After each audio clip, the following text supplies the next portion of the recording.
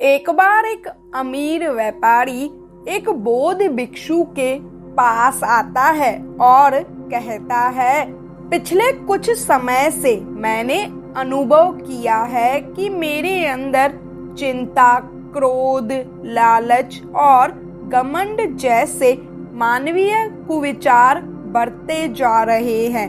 चिंता, क्रोध, लालच और घमंड की वजह से मैं अपने व्यापार में भी लगातार असफल होता जा रहा हूँ और मेरे प्रतियोगी मुझसे लगातार आगे बढ़ते जा रहे हैं और यह बात मुझे और भी ज्यादा चिंता की ओर घसीटे जा रही है।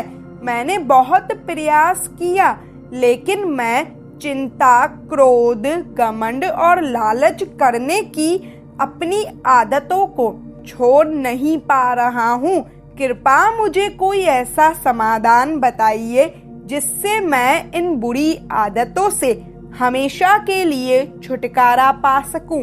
बौद्ध भिक्षु ने अमीर व्यापारी की यह बातें बड़े ध्यान से सुनी और फिर कहा, इससे पहले कि मैं तुम्हें तुम्हारी समस्या का समाधान बताऊं, मैं तुम्हें एक छोटी सी कहानी सुनाना चाहता हूँ। इस कहानी को तुम ध्यान से सुनना। कई सालों पहले किसी एक राज्य में एक राजा राज किया करता था। उस राजा को घोड़े पालने का बहुत ज्यादा शौक था। उस राजा के पास वैसे तो कई सारे घोड़े थे, लेकिन उसके पास 4 ऐसे जंगली घोड़े थे जो उस राजा को काफी पसंद थे। राजा ने उन घोड़ों को प्रशिक्षित करने के लिए कई प्रशिक्षकों को बुलवाया, मगर कोई भी उन घोड़ों को अच्छे से प्रशिक्षित नहीं कर पाया। जब भी कोई उन पर बैठने की कोशिश करता तो वह उसे तुरंत अपनी पीठ से फेंक देते या उसे लात मार देते।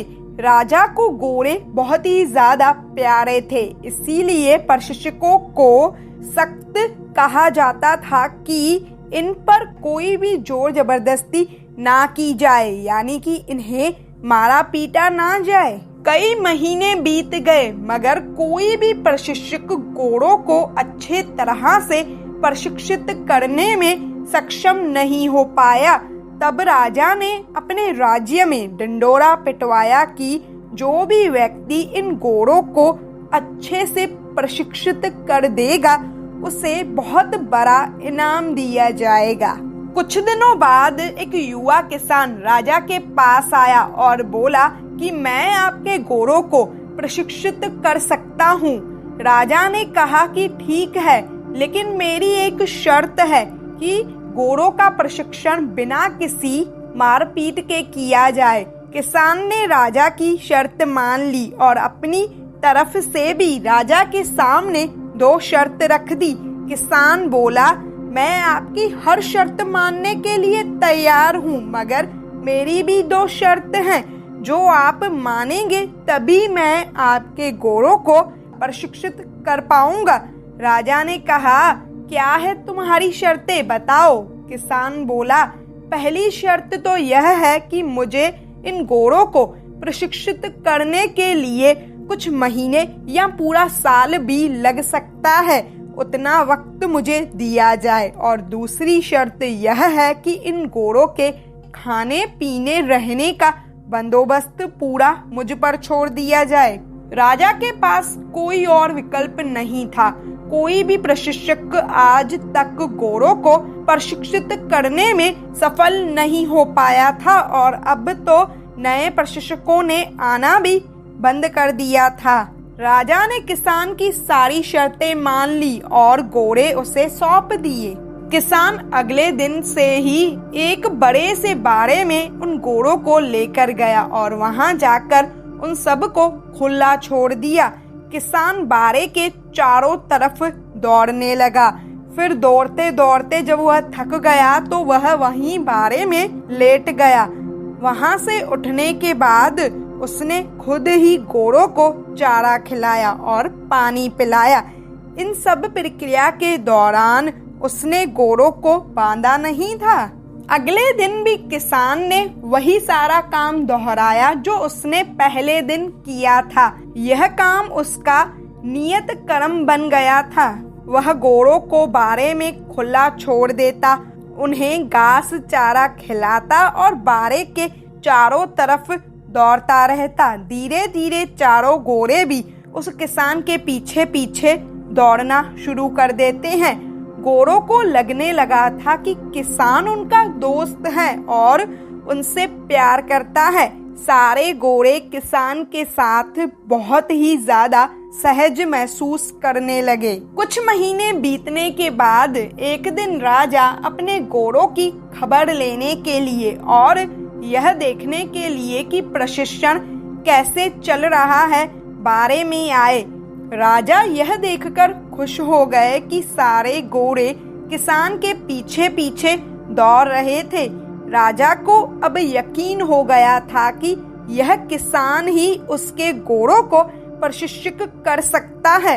राजा खुशी खुशी वहां से चला गया। देखते ही देखते 1 साल बीत गया। तब जाकर किसान ने राजा को संदेशा भिजवाया कि गोरे पूरी तरह से प्रशिक्षित हो चुके हैं। राजा एक बार आकर उन्हें देख ले। राजा की हाजिरी में किसान ने एक के बाद एक सभी गोरों की सवारी की और उन्हें मनचाही जगह पर ले जाकर दिखाया। राजा यह देखकर बहुत खुश हो गया। राजा ने किसान से पूछा कि मुझे तुम बताओ कि तुमने यह कैसे किया। किसान ने राजा को सारी बात समझाते हुए कहा, मैंने सबसे पहले इनके साथ रहकर इनको अपनापन महसूस करवाया। मैंने इनको आजाद करके यह जताया कि मैं इनका दोस्त हूँ और मैं इनसे प्यार करता हूँ। फिर मैंने इनको खाना और पानी देकर इनके और करीब जाने की कोशिश की और इनके साथ खेलकर इन्हें सिखाने की कोशिश की। इस तरह धीरे धीरे यह मुझे अपने करीब आने देने लगे, अपनी पीठ पर बैठने देने लगे और फिर एक दिन ऐसा भी आया जब मुझे यह पीठ पर बिठाकर दौड़ने लगे। राजा ने किसान की समझदारी की प्रशंसा की, उसे वादे के अनुसार 10 लाख सोने की मुद्राएं भी दी और साथ में हमेशा के लिए इन 4 गोरों की देखभाल करने की नौकरी भी दी। बौद्ध भिक्षु ने कहानी खत्म करने के बाद उस अमीर व्यापारी से कहा, अगर मनुष्य के जीवन के साथ इन 4 गोरों की तुलना की जाए तो यह 4 गोरे होंगे चिंता, क्रोध, घमंड और लालच। और मनुष्य की बुद्धि को हम प्रशिक्षक की तरह देख सकते हैं। जिस तरह से किसान ने समय लेकर और समझदारी से धीरे धीरे 4 बदमाश गोरों पर काबू पाया, उसी तरह कोई भी मनुष्य अपने बुद्धि के द्वारा अपने मन के बदमाश गोरों को यानी कि चिंता, क्रोध, घमंड और लालच पर काबू पा सकता है। पहला अप्रशिक्षित गोरा जो कि चिंता है। हमारी बुद्धि को यह समझाना होगा कि चिंता बुरी होती है और चिंतन फायदेमंद होता है। चिंता किसी भी समस्या का हल नहीं होती, लेकिन हाँ, चिंतन से हमें नए रास्ते जरूर दिखाई देते हैं। दूसरा उदंड गोरा है क्रोध।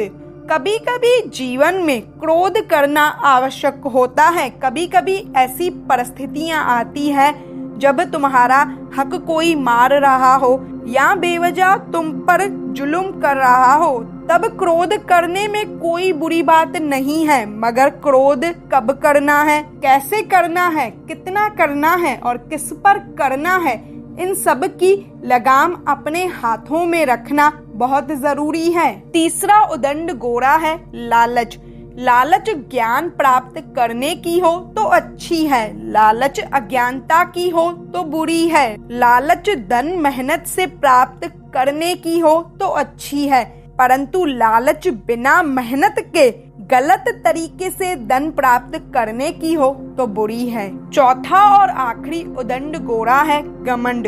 मैं यह काम कर सकता हूँ, इसे आत्मविश्वास कहेंगे और सिर्फ मैं ही इस काम को कर सकता हूँ, यह घमंड होता है। बस यही आत्मविश्वास और घमंड के अंतर को अपनी बुद्धि के द्वारा अपने मन को समझाना चाहिए। अंत में बौद्ध भिक्षु ने व्यापारी से कहा, मेरी इन सारी बातों का अर्थ केवल इतना ही है। तुम अपने अंदर की बुराइयों को खत्म करना चाहते हो तो तुम उन्हें समझकर धीरे धीरे अपनी बुद्धि के द्वारा उनसे छुटकारा पा सकते हो।